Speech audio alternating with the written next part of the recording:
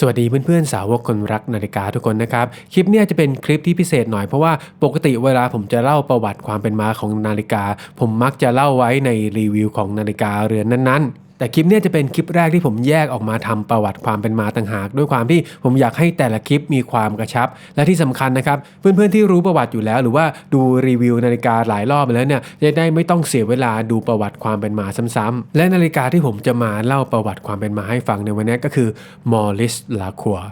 มอริส ลาคัวเนี่ยเริ่มต้นเลยก็เป็นส่วนหนึ่งของบริษัทเดสโกวอนชูเตสที่ตั้งอยู่ในเมืองซูริกประเทศสวิตเซอร์แลนด์นะครับตั้งแต่ปี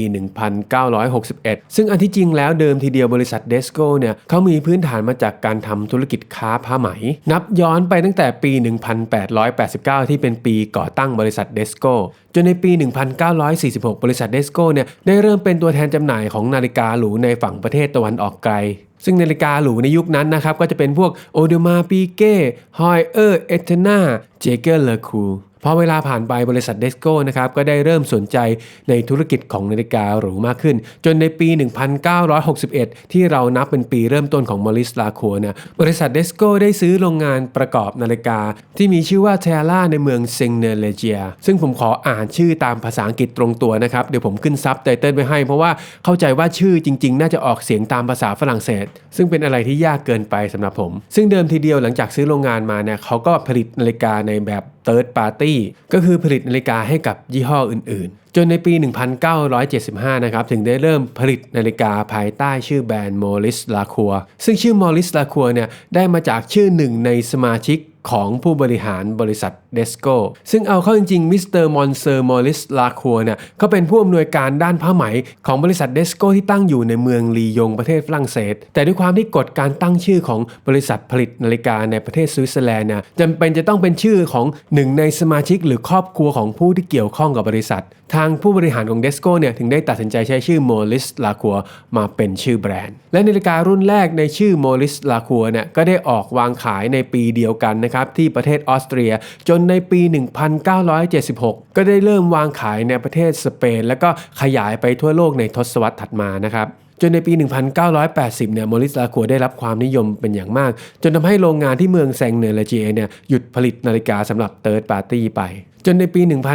1989 นะครับซึ่งเดิมทีเดียวเนี่ยในตอนนั้นบริษัทเดสโกยังมีนาฬิกาหรูอีกแบรนด์อยู่ในมือนะครับก็คือเจลาร์ดเพเลโกแต่ก็ได้ขายหุ้นให้กับผู้จัดการทั่วไปของบริษัทนะครับก็คือนายฟรานซิส เบชองแล้วก็หันไปซื้อโรงงานผลิตเคสนาฬิกาที่ตั้งอยู่ในเมืองเซงเนเลเจียเหมือนกันนะครับก็เลยทำให้นาฬิกามอริส ลาคัวเนี่ยสามารถผลิตตัวเรือนนาฬิกาในแบบอินเฮ้าส์ได้ก็เลยทำให้เขามีตัวเรือนและสายที่โดดเด่นและแตกต่างจากนาฬิกาหรูทั่วไปของประเทศสวิตเซอร์แลนด์ซึ่งก็ยังส่งผลมาถึงปัจจุบันนะครับจนในยุค 90 เนี่ยมอริส ลาคัวก็ดังเป็นพลุแตกเป็นผลมาจากการเปิดตัวนาฬิกาซีรีส์ Les Mécaniques ซึ่งในภายหลังเนี่ยก็ได้ถูกเปลี่ยนชื่อซีรีส์เป็น Masterpiece จนมาถึงปัจจุบันซึ่งในซีรีส์ Masterpiece เนี่ยได้ทำให้มอริส ลาคัวถูกยกระดับขึ้นไปเทียบชั้นกับนาฬิการะดับสูงจากประเทศสวิตเซอร์แลนด์ด้วยความที่เขามีทั้งฝีมือการผลิตตัวเรือนชั้นสูงแล้วก็ที่สำคัญนะครับเขาได้เริ่มผลิตเครื่องที่มีกลไกซับซ้อนแบบ in-house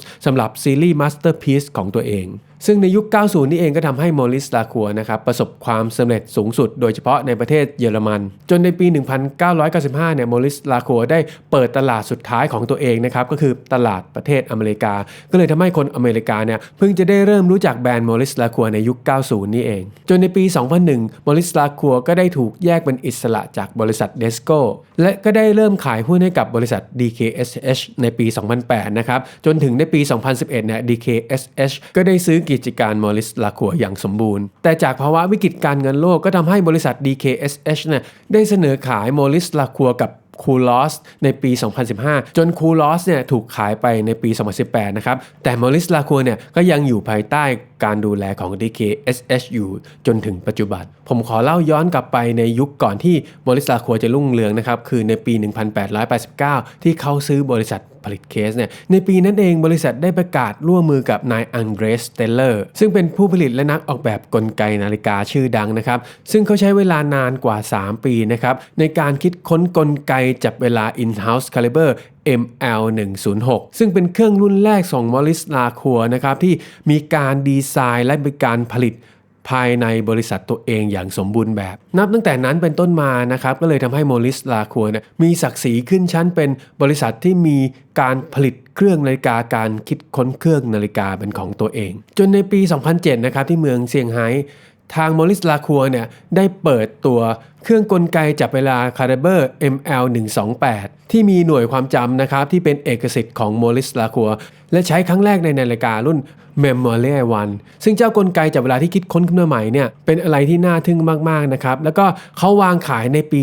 2008 ด้วยจำนวนที่เล็กน้อยเท่านั้นนะครับประมาณ 20 เรือนแค่นั้นเองและในปัจจุบันนะครับโมริส ลาคัวก็มีกลไกที่คิดค้นขึ้นมาเองโดยเฉพาะนาฬิกาที่มีกลไกแบบเรโทรเกตเนี่ยผมเคยดูใน Federico Talk Watch เขาเคยสัมภาษณ์ช่างนาฬิกาในระดับมาสเตอร์นะครับระดับปรมาจารย์เนี่ยว่าถ้าเป็นแบรนด์นาฬิกาชอบแบรนด์ไหนมากที่สุดซึ่งคำตอบของเขาเนี่ยเซอร์ไพรส์ผมมากๆด้วยความที่เขาเป็นช่างนาฬิกาที่สัมผัสกับนาฬิกาชั้นดีมาแทบทุกยี่ห้อ Patek Philippe เขาสัมผัสมาหมดแต่โดยส่วนตัวของเขาเองเนี่ยเขาชอบเครื่องของโมริส ลาคัวด้วยความที่เขามีนวัตกรรมใหม่ๆมีคุณภาพฝีมือการผลิตที่ดีกล้าคิดกล้าทำหลังจากที่ผมดูคลิปนั้นและได้สัมผัสกับแบรนด์โมริส ลาคัวเนี่ยก็เลยทำให้แบรนด์โมริส ลาคัวเป็นอีกหนึ่งแบรนด์ที่อยู่ในใจผมมาตลอดแล้วก็ฝากไว้นิดนึงนะครับสำหรับเพื่อนที่ชอบคอนเทนต์แบบนี้คอนเทนต์ที่มีความตรงไปตรงมารีเสิร์ชประวัติมาเล่าให้ฟังเนี่ยอย่าลืมฝากกดไลค์กด Subscribe พวกเราไว้ด้วยนะครับขณะนี้เป็นเวลา